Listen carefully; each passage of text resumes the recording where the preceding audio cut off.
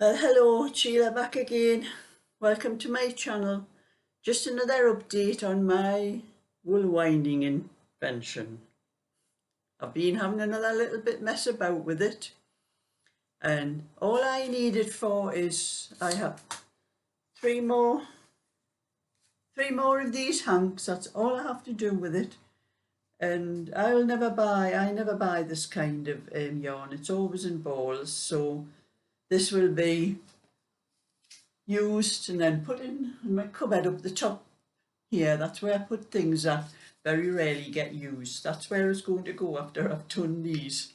I only wanted it for these 10 hanks of this cloud bone, I think you call it, cloud bone Highland double knit. That was all I wanted it for. And I'm going to show you the 3 spindles I've stuck on with duct tape. They're much better than sellotape, and I've just stuck them down on the bottom to make sure they don't come loose.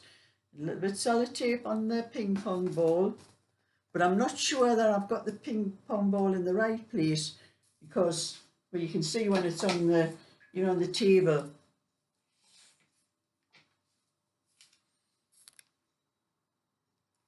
how it slopes down here. And I have tried putting some very light weights on here to try to balance it out, but I can't seem to work that out.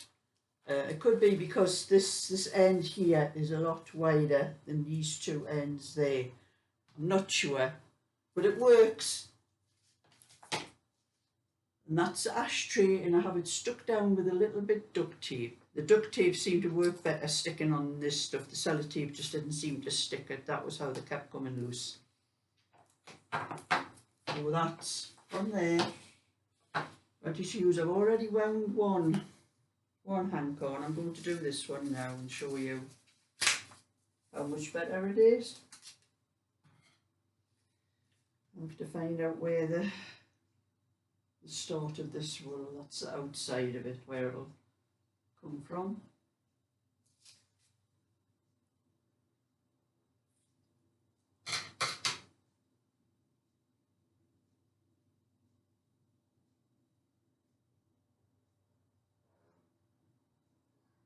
A little bit. Put that on there so I can keep the outside of it. You have to start it from the right place, because if you have it on the inside, it's not going to wind properly.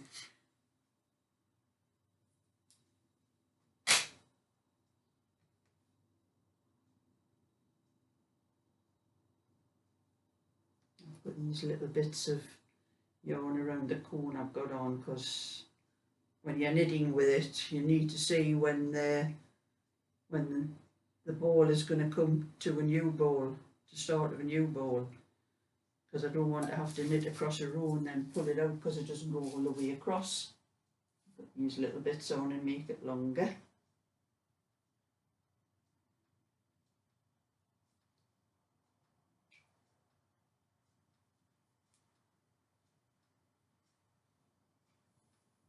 That should do. Just wipe that round there.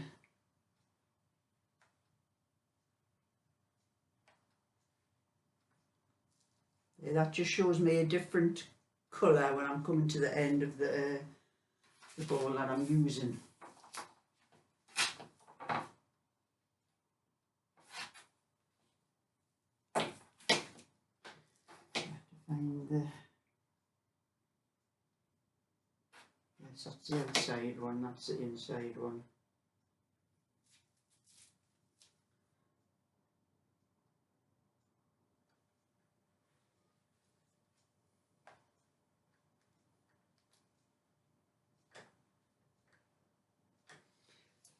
Wrong way.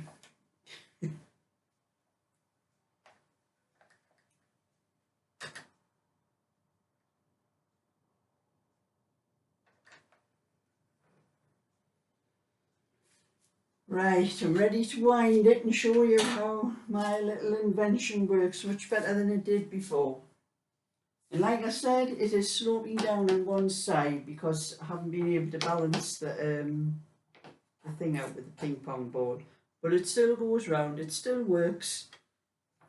I haven't got it on the ashtray properly. That's it.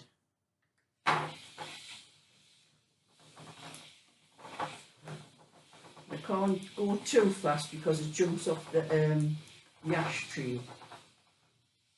I need something a little bit deeper, I think, to keep it on, but for the length of time that I will be using this, this is perfect. This is the first time I've ever had hanks of yarn. I always buy them in balls. We call them hanks in the UK. I think they have different names in the United States for it. But as you can see, it's still running very smooth. As long as I don't go too fast, I'll maybe just go a little bit faster and show you what happens. There, that's what happens. It jumps off if I go too fast, so I have to roughly work out how fast I can go. But it's not a bad little invention. Hasn't cost me a penny. A piece of cardboard, a ping pong ball. I hope the kids don't want that ball for anything when they're here. I don't know what it was off. And 3 spindles out of this 3D disc holders. And in my young day, this was the way all the wool used to come. My mother used to get wool like this. And I always seemed to be the one that had to sit with my arms out while she wound it. And I was always getting wrong for letting my hands drop down. You keep saying, get your hands up. You've got to let them drop down.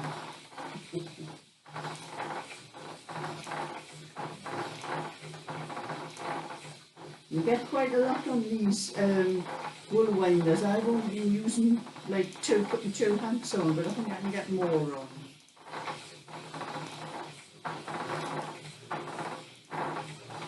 A little bit faster, but not too fast.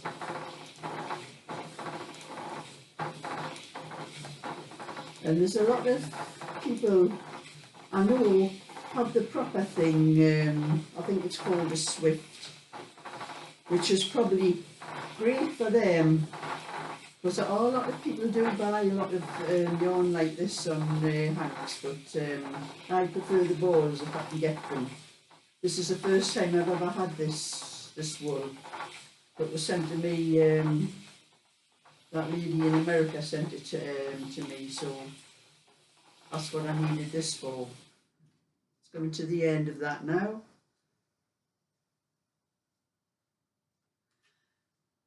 And that is a little bit of something I made out of what's classed as a little bit of useless stuff. I even cut the corners. It was a big square. I cut the corners into a triangle and rounded them off a little bit, so it's a little bit better.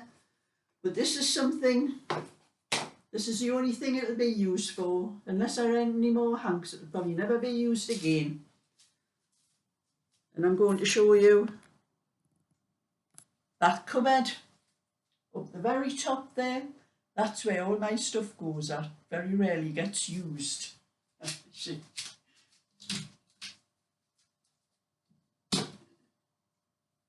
That's stuff that I don't use very much. That's where it'll end up going. But you never know, I might have some more in there. Might get some more woolen hanks one day. So that's my little bit for today. Just a little bit to show you what you can do if you use your imagination and look around your home for any odd little bits and pieces that there might not be any use to anybody else, but you never know what they might come in useful for. Like I told my son when he wanted to throw these out, the spindle things out, they might come in useful. And I'm glad I kept them. I have some other ones, but they're not as long as this. and they wouldn't have been any good. They've been short because the wool would have kept jumping off. So that's my little bit for today anyway, and now I'm going to sit down and do a little bit knitting. So thumbs up and subscribe. Bye for now.